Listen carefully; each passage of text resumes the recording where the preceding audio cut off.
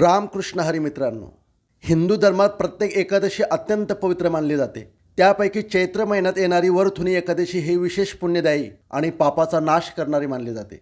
या एकादशीचे महात्म्य भविष्य उत्तरा पुराणामध्ये वर्णन केले आहे.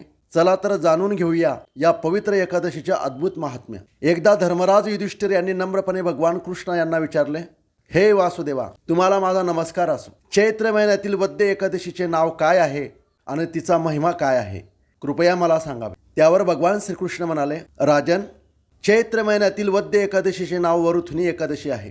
ही एकादशी मनुष्याला या लोकात आणि परलोकातही सौभाग्य देणारी आहे. या एकादशीच्या व्रतामुळे मनुष्याचे सर्व पाप नष्ट होतात आणि त्याला अखंड सुखाची प्राप्ती होते.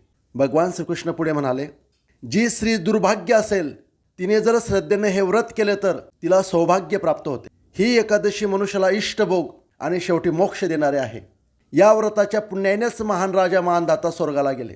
तसेच दुंदुमार आणि इतर अनेक राजांनाही हे व्रत करून स्वर्ग प्राप्त केली. इतकंच नव्हे तर स्वयं शिव यांनीही या व्रताच्या प्रभावाने ब्रह्मकपालाच्या दोषातून मुक्तता मिळवली, म्हणजेच ब्रह्महत्येच्या पापापासून त्यांनी मुक्तता मिळवली. ती कथा अशी आहे, हिमालय पर्वताचा राजा हिमवन याला पार्वती नावाची एक दिव्य कन्या होती. पार्वती ही साक्षात आदिशक्ती होती, जी संपूर्ण विश्वाचे संचालन करणारी होती. तिचे सौंदर्य, तिचे सद्गुण इतके अद्भुत होते की महर्षी व्यासासारखे सर्व ज्ञानी सुद्धा तिचे पूर्ण वर्णन करू शकले नाहीत. तिला पाहून तिच्या माता पितेच्या मनात अत्यंत आनंद होत असे. जेव्हा पार्वती विवाह योग्य झाली तेव्हा हिमवानाने तिचा विवाह भगवान शंकराशी करण्याचे ठरवले. हिमवानाच्या घरी मोठ्या थाटामाटात लग्न सोहळा सुरू झाला. त्या दिव्य विवाहाला देव, यक्ष, किन्नर, गंधर्व सर्व आले होते. स्वर्गाचा राजा इंद्र आणि प्रत्यक्ष ब्रह्मदेव सुद्धा या विवाहाला उपस्थित होते. इतका तो अद्भुत सोहळा होता. पण त्या भव्य सोहळ्यात एक विचित्र अशी दुःखद घटना घडली. एकदा पार्वती देवी भगवान शंकराच्या मांडीवर बसली होती तेव्हा ब्रह्मदेव तिच्याकडे अयोग्य आणि पापी नजरेने पाहू लागले. जेव्हा हे दृश्य भगवान शंकराच्या नजरेस पडले तेव्हा ते अत्यंत संतप्त झाले. क्रोधाने भरलेल्या भगवान शंकराने आपल्या त्रिशूळाने ब्रह्मदेवाचे 5वे मस्तक छेदले आणि ते आणखी प्रहार करणार इतक्यात इंद्र व इतर देवता मध्ये पडले. ते सर्व भगवान शंकरांना विनंती करू लागले की, हे देवादिदेव महादेव, विधीच्या हातून घडलेल्या या अपराधाला क्षमा करा. आपण कृपेचे सागर आहात. एक मस्तक तोडून आपण त्याला शिक्षा दिली आहे, तीच शिक्षा पुरेशी आहे. देवतांची प्रार्थना ऐकून भगवान शंकर शांत झाले. त्यांनी पुढील प्रहार थांबवले आणि ब्रह्मदेवाकडे दुर्लक्ष केले. परंतु ब्रह्मदेवाचे मस्तक तोडल्यामुळे भगवान शंकरांना ब्रह्महत्येचा दोष लागला. या पापामुळे त्यांना अत्यंत त्रास होऊ लागला. त्यांना रात्रंदिवस चैन पडनासे झाले. शेवटी या पापातून मुक्त होण्यासाठी भगवान शंकरांनी एक उपाय केला. त्यांनी अत्यंत श्रद्धेने वरुथुनी एकादशीचे व्रत केले.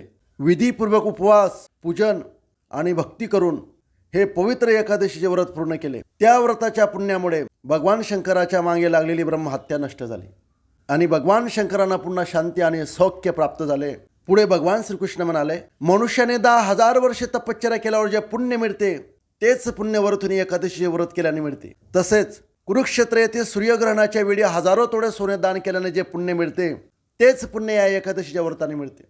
भगवान श्रीकृष्ण पुढे म्हणाले, अश्वदानापेक्षा गजदान श्रेष्ठ आहे. गजदानापेक्षा भूमिदान श्रेष्ठ आहे. भूमिदानापेक्षा तिलदान श्रेष्ठ आहे. तिलदानापेक्षा सुवर्णदान श्रेष्ठ आहे आणि सुवर्णदानापेक्षा अन्नदान श्रेष्ठ आहे. परंतु या सर्व दानापेक्षाही विद्यादान सर्वश्रेष्ठ मानले जाते आणि वरथुनी एकादशीचे व्रत केल्याने मनुष्याला या सर्व दानाचे पुण्य प्राप्त होते. या पवित्र व्रताचे पालन करताना काही नियम पाळणे आवश्यक आहे. दशमी, एकादशी आणि द्वादशी या दिवशी काही गोष्टी टाळाव्यात आणि भगवान विष्णूची भक्ती, उपवास आणि जागरण करावे. काशाच्या भांड्यात भोजन करणे, मांस, मसुरा, चणे, कद्दू, भाजी, मध, परान्न, दुसऱ्यांदार भोजन व मैथून या 10 गोष्टी व्रत करणाऱ्याने दशमीला वर्ज्य कराव्यात.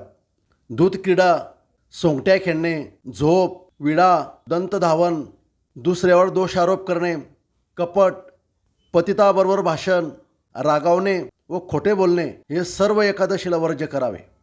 काशाचे भांडे, मांस, मसुरा, मध, व्यर्थ भाषण, व्यायाम, प्रवास, दुसऱ्यांदार भोजन, मैथून, हजामत, तेल लावणे आणि परान्न या सर्व गोष्टी द्वादशीला वर्ज्य कराव्यात. राजा, हे सर्व नियम पाळून जो वरथुनी एकादशीचे व्रत करतो त्याच्या सर्व पातकाचा क्षय ही एकादशी करते व अंती अक्षय मोक्ष मिळवून देते. एकादशीच्या दिवशी जे लोक जागरण करून जनार्दनाची पूजा करतात ते सर्व पापातून मुक्त होऊन परमगती मिळवतात. म्हणून जे लोक पापभीरू आहेत आणि रात्रीचा शत्रू असलेल्या सूर्याचा पुत्र यम ज्यांना भीती वाटते त्या सर्व मनुष्याने खूप प्रयत्न करून वरथुनी एकादशीचे व्रत करावे. भगवान श्रीकृष्ण म्हणाले, वरथुनी एकादशीचे हे महात्म्य जो वाचेल आणि ऐकेल त्याला 1000 गायी दान दिल्याचे पुण्य मिळेल आणि तो सर्व पापातून मुक्त होऊन शेवटी विष्णू लोकाला जाईल. म्हणूनच मित्रांनो, श्रद्धा आणि भक्तीने वरथुनी एकादशीचे व्रत केल्यास जीवनात सुख, सौभाग्य आणि शेवटी मोक्ष प्राप्त होतो.